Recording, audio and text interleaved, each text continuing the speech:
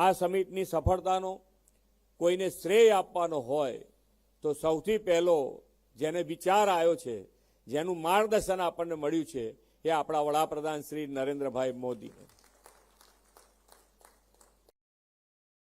આ સમિટની સક્સેસ માટે સમિટના partner countries, સમિટના ઉપસ્થિત રહેલા દેશ વિદેશના ડેલિગેટ્સ, કેન્દ્ર સરકારના મંત્રીશ્રીઓ, અમારા સાથી મંત્રીશ્રીઓ અને રાત દિવસ કામ કરનારી ટીમ, ગુજરાતના સૌ કર્મયોગીઓ અને પ્રિન્ટ અને ઇલેક્ટ્રોનિક્સ મીડિયાના મિત્રોને પણ હું આ અભિનંદન સાથે, આ બધા જ અભિનંદન આ બધા સાથે મળીને કરીએ છીએ એટલે આ સક્સેસ છે. એટલા માટે સૌને અભિનંદન આપું છું.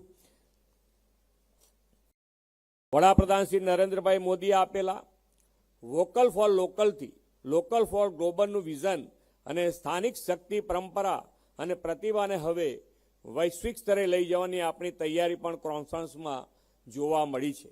આ પ્રાદેશિક વાઇબ્રન્ટ રિજિયનલ કોન્ફરન્સથી ગુજરાતના વિકાસનો નવો અધ્યાય શરૂ થયો છે.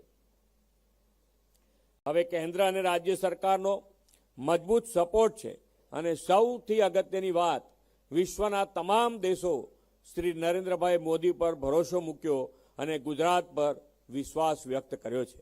આપણે સૌ મળીને આ વિશ્વાસને વધુ મજબૂત કરીએ.